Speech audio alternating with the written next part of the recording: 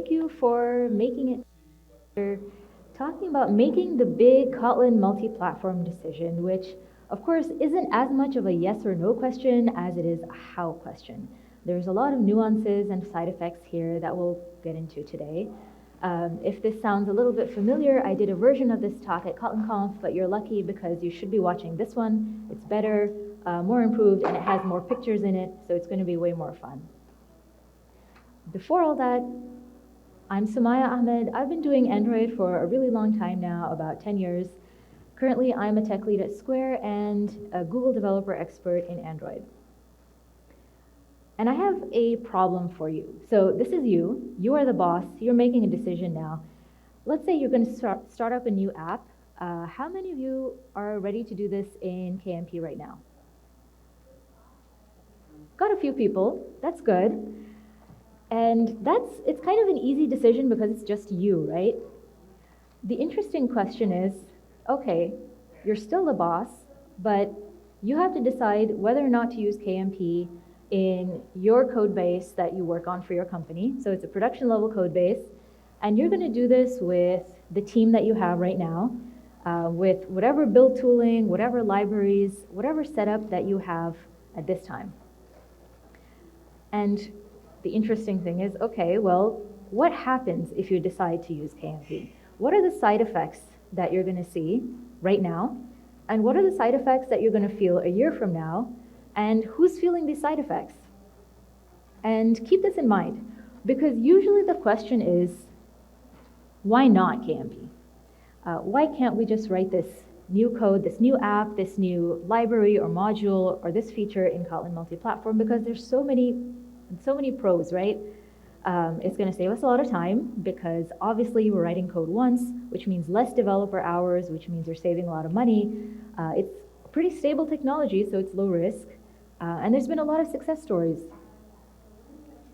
And the tricky thing is all of these things are true, but it's very context specific. Some of these things will be true for certain teams.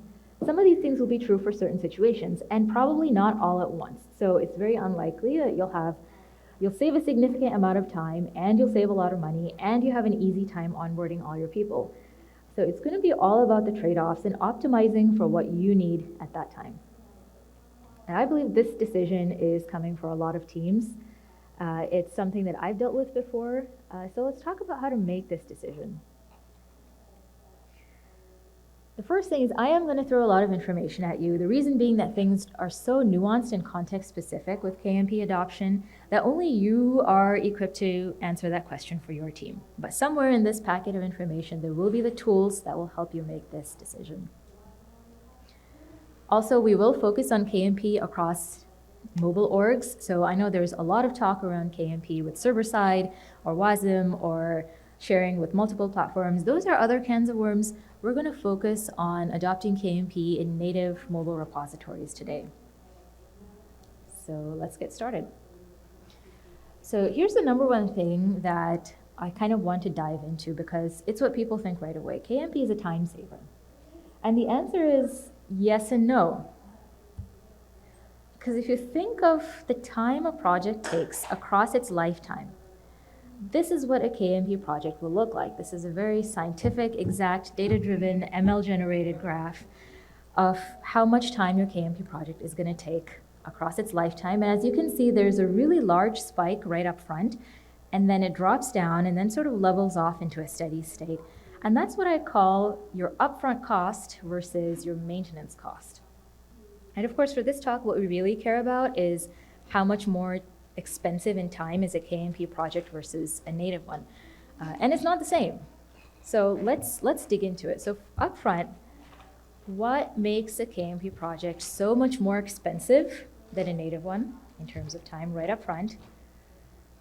And I'm going to give you the answer immediately. The answer is builds.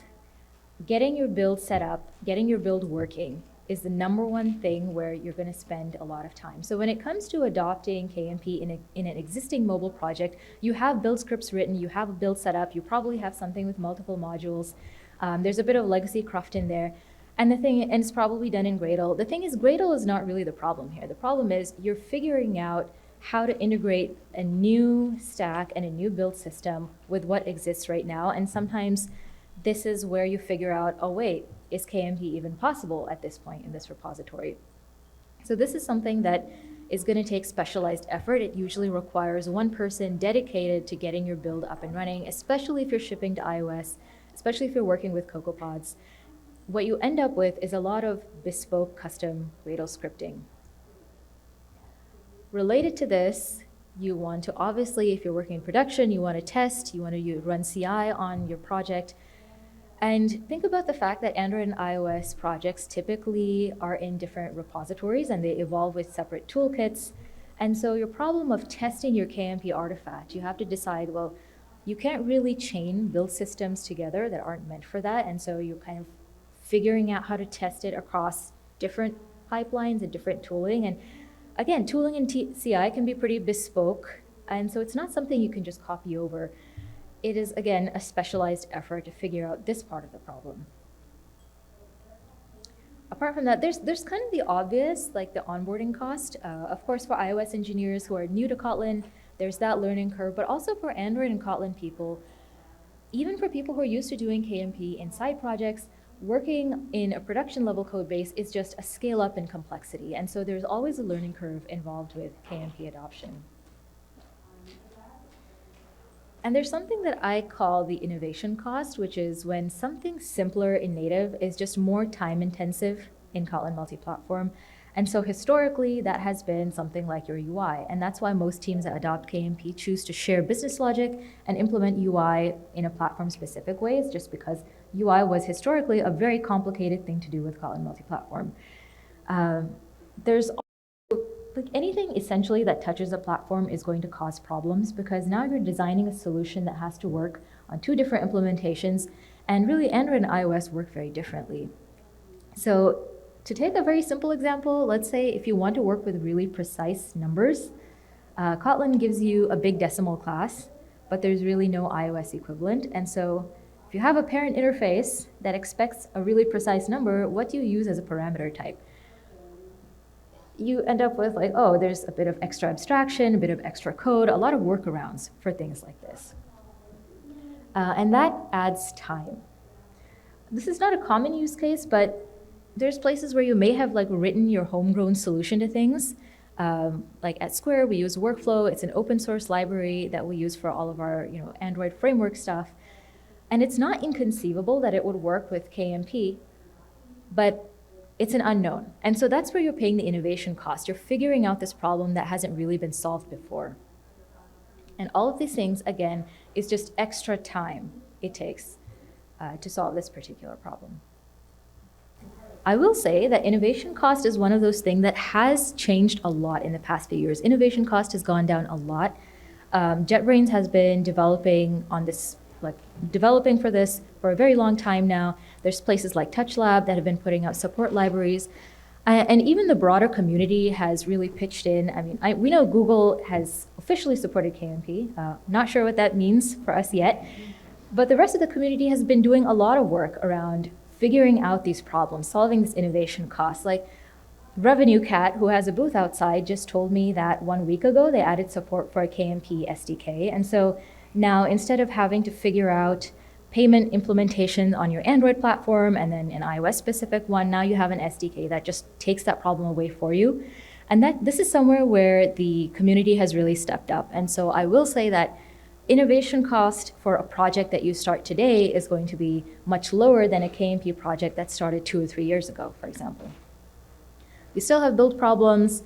Potentially with JetBrains rolling out tooling like Amper and Fleet, this could go down, but that's not a problem that's solved today. That's something that's still an innovation cost. But let's say you've paid this upfront cost. What's costing us in maintenance time? And because we're sharing code, why isn't the KMP curve half the height of the native one? The answer to that is what's going to happen with this project in the months and years since it was first written, right? iOS issues are one. So if you're shipping an iOS artifact or you're shipping an iOS app, this is where you are going to have to fix bugs and add iOS features. And really, for an iOS developer working on a KMP project, the tooling is not the same as what you get with Xcode, everything that comes out of the box. Debugging is a problem because your nice Kotlin code compiles down to pretty inscrutable stock traces, and so debugging has extra overhead. And all of these things add up to friction. Interop, not there yet. Kotlin Swift interop is not something that you can just plug and play in production right now. And so all of these things means that with iOS development with KMP, you're paying an extra bit of cost in terms of time. You're adding friction with every bit of work that you're doing. Apart from that, there's also a lot more overhead to maintaining this project. So remember this bespoke custom scripting that I talked about? Well, somebody's going to have to maintain it and fix it and add on to it. And the fact that, it's probably very specific to your code base, solving problems that only exist there means that you need this person to also understand that particular problem, which doesn't exist in other places. And that means you have limited subject matter experts. And really, in the long term, if you think about who's going to be working on this project, it's probably not the people who wrote it. And so there's new people that you're going to have to find to understand, maintain, fix this project, and be on call for it. This is where you are going to pay a bit more in maintenance cost. It can be a little bit risky. But let's shrink our focus for a moment. It has to be true that KMP is write once. Like you have shared code, that's obvious, it's in the name. The stuff that's written in Kotlin that ships to both Android and iOS, is it really write once? The answer is really mostly yes. You may have some platform-specific stuff, but once you have your shared code, you have a lot of really good benefits. You're spending less time per feature. Your business logic is shared for all platforms, which means that you're reducing your source of bugs. And that gives you cross-platform consistency, and it gives you platform parity. And these are two of the most important things in a mobile product.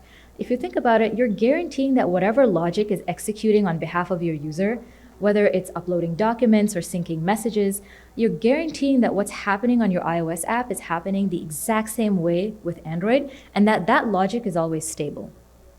And that guarantees you correctness. And again, let's talk about correctness for a second. Think about the most complicated or critical business logic that you own. So for example, for companies that may have a point of sale app, this is where you have logic that handles taking orders from customers and then calculating prices and taxes and tips and wages and maintaining financial records.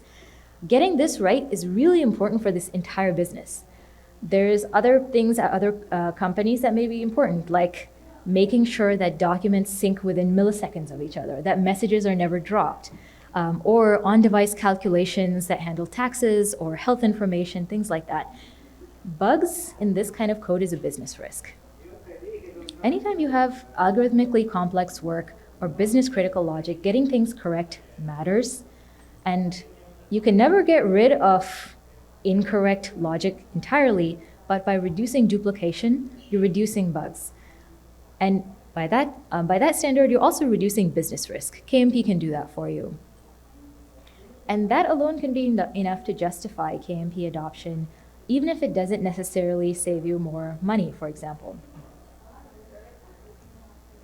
So let's talk about the money, because I've heard this before. It feels like a no-brainer that you're going to save money because you're writing less code, meaning you're using less developer hours, meaning you have to save money, right? Because developer hours is what's costing the company. Yes and no. It depends on how exactly you count your pennies.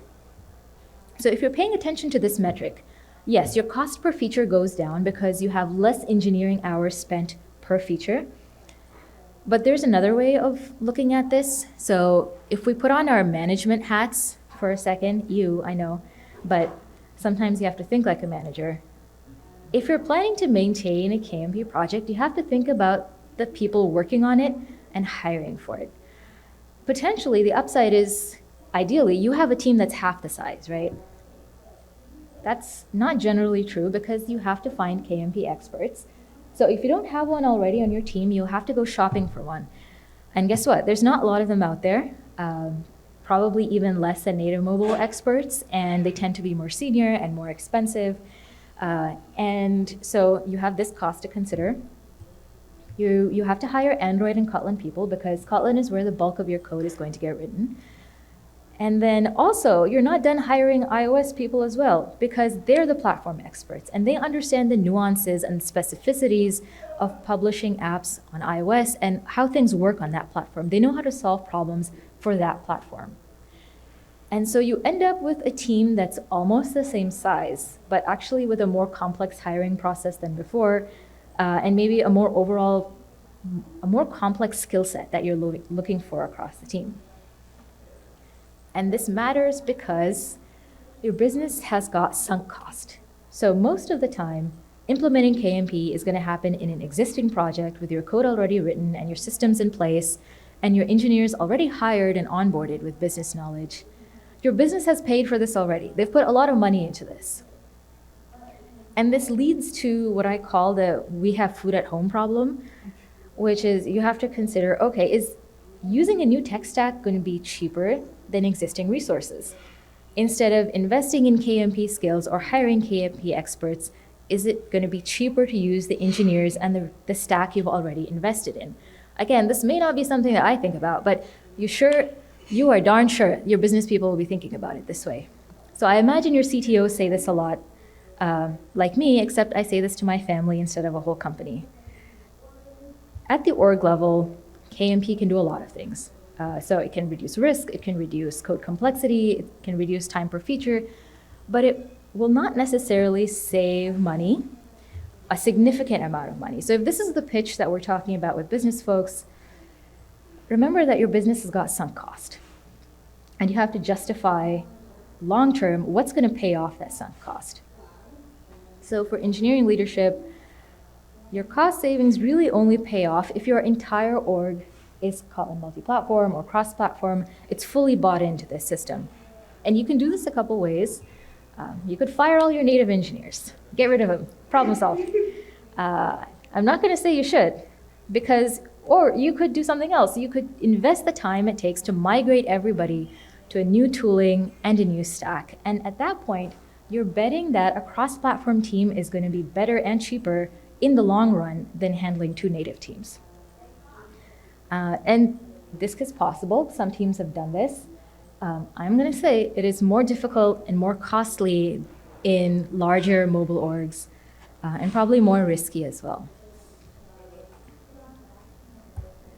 And speaking of risk, let's talk about risk for a minute because, again, this is going to be part of every official conversation on KMP adoption.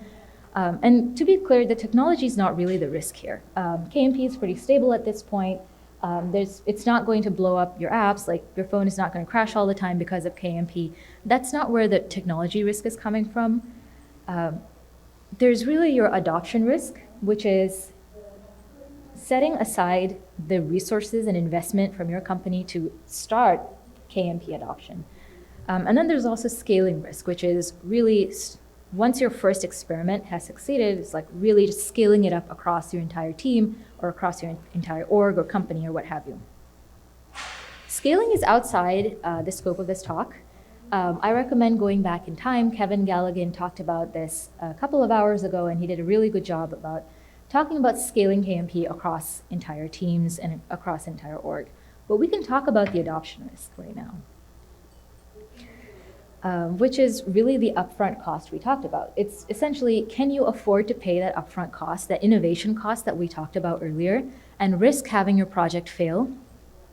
And the worst case scenario is really that you do fail and you end up just rewriting parts of your code, which isn't really terrible because Android can just reuse the Kotlin parts, and then for iOS, you just turn your Kotlin into Swift. KMP optionality is a great thing. It means that unlike with Flutter or React, you're not going to throw an entire code base away and start from scratch. You're able to opt in with small control experiments, which is how I recommend doing this. There's also like a long-term viability risk. Are you sure that you will always find the people that you need to staff this project? Obviously, like we talked about scaling before, but people also have feelings around cross-platform support. Some organizations have been burned by technologies like React or J to Objective-C, and they're not interested in cross-platform anymore.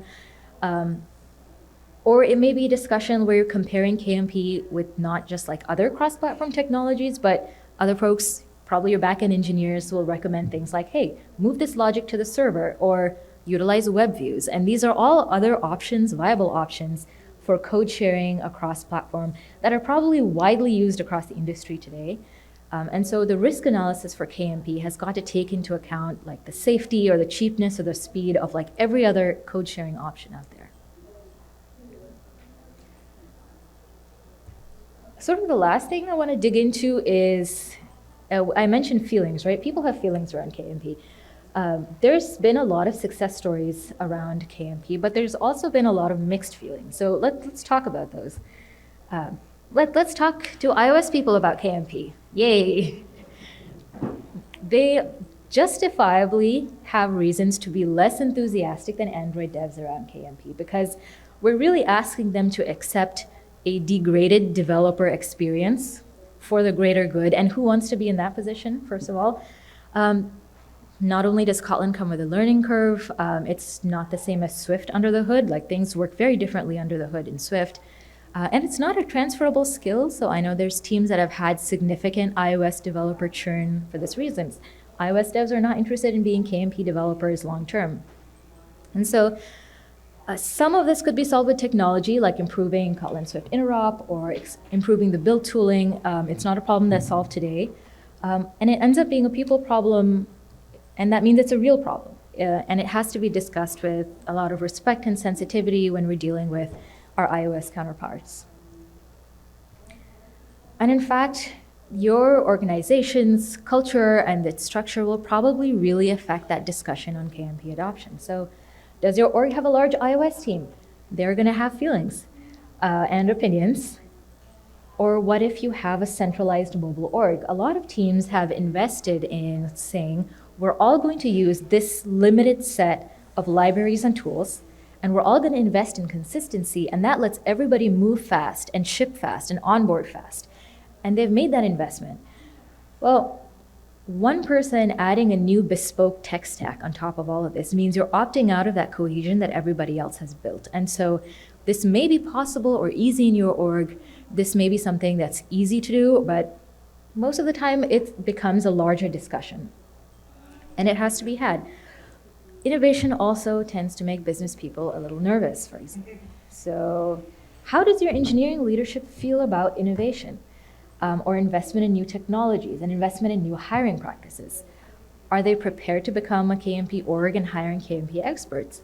So mobile orgs are a known thing, and they have been a known thing for a long time. People know how to run them. KMP orgs are not a known thing. And so it really depends on how your leadership feels around really embarking on this new stage of a new technology across a lot of people. And so now that I've made KMP adoption sound like an insurmountable problem, I'm going to convince you that it's not insurmountable. It's actually really dependent on what's important for your team and what really is going to be a critical factor for your team, because not all of these problems that I just talked about will happen to you. And what I'm going to present is a loose decision-making framework. And the number one step, it sounds really obvious, but really identify the problem and what is this KMP implementation meant to solve, assuming you are really in charge of using KMP in your production code base. So for example, are you really wanting to reduce business risk? Are you doing tax calculations on 2 different platforms? Is this causing a lot of bugs or SEVs that can reduce business risk? Is there a common pain point? For example, a lot of places have got a lot of duplication around that's just a hassle to maintain, or there's things like analytics, which developers are really not crazy about maintaining. Can you take a common pain point away? That is like a problem for people right now. Is money a real problem? You just don't have the money to hire people? Evaluate risk. What is the biggest risk to your team right now? And does KMP really mitigate that risk? Do you have limited resources? You're in a bad hiring market. You don't have the people that you need to ship the features that you want to ship. Is there a current implementation that's so legacy and so old and so gnarly that it makes sense to take it away. And the less risky move is actually rewriting it in KMP. And also look at your team. So do you have somebody prepared to be the KMP expert? You will need somebody like this who understands the framework and is willing to dive in and solve problems and be the subject matter expert for the whole team. Is your team currently underleveled? Or are they already at capacity? They just can't handle like an extra learning curve right now. And all of that together should let you set expectations and start with designing reasonable success criteria, something that is more likely to succeed than, yes, we can absolutely migrate our entire code base, 100% shared code, shipping to production, everybody will be happy. I would say start a little bit below that when you start promising or designing your success criteria for KMP, and try to optimize for one or two outcomes. So pick one point of optimization. Do we really care about risk? Do we really care about increasing feature delivery pace? Like 1 year from now, we just want to ship out features at like twice the speed of what we're doing now. And that allows you to optimize for really quick validation. You're able to solve one tightly scoped problem, evaluate the success, and then repeat that process over and over at slightly larger scopes.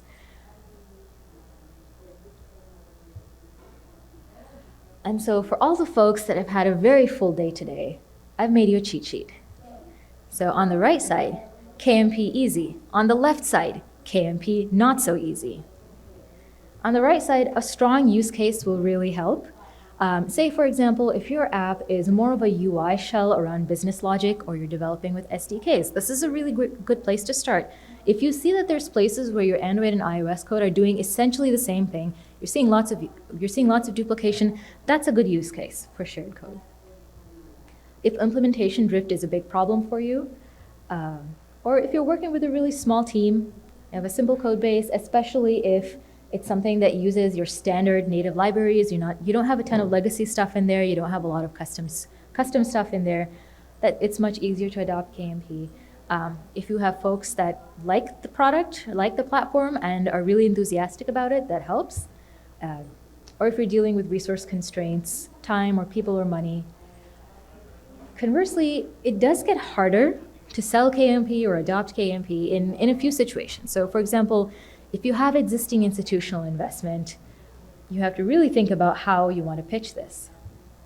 There's niche use cases where, for example, performance might be the most important thing for your app, and so maybe that's just not what KMP is designed for. That's a good call to make. If you're dealing with custom frameworks, it's not going to be easy. There's higher complexity, and then especially when you run into cases where you have build complexity, because again, the hardest part of this project will be figuring out the build system. And so the more complicated it is, the more complicated this whole process is going to get.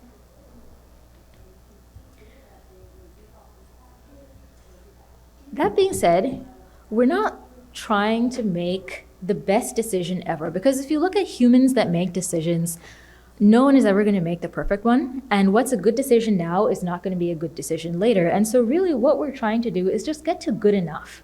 We're obviously trying to avoid bad decisions, but here's where information can help move that needle a little bit closer towards good enough. And that's actually good enough. Like if it becomes an informed decision, it becomes easier and more foolproof and more defensible and a little bit more successful. So wrapping up, we've got a couple more things here. I do want to give credit to a lot of people that I spoke to without whom this talk would not have been as strong as it is today. And then also by popular request, I've put up some resources there for people who are interested in playing with this. There's a bunch of sample repositories from John Riley, Sky, KMM Bridge from TouchLab. We've got Kotlin Multiplatform. There's a lot of developer docs out there. And so these are all good resources to get started with. And thank you very much for sitting through this talk with me.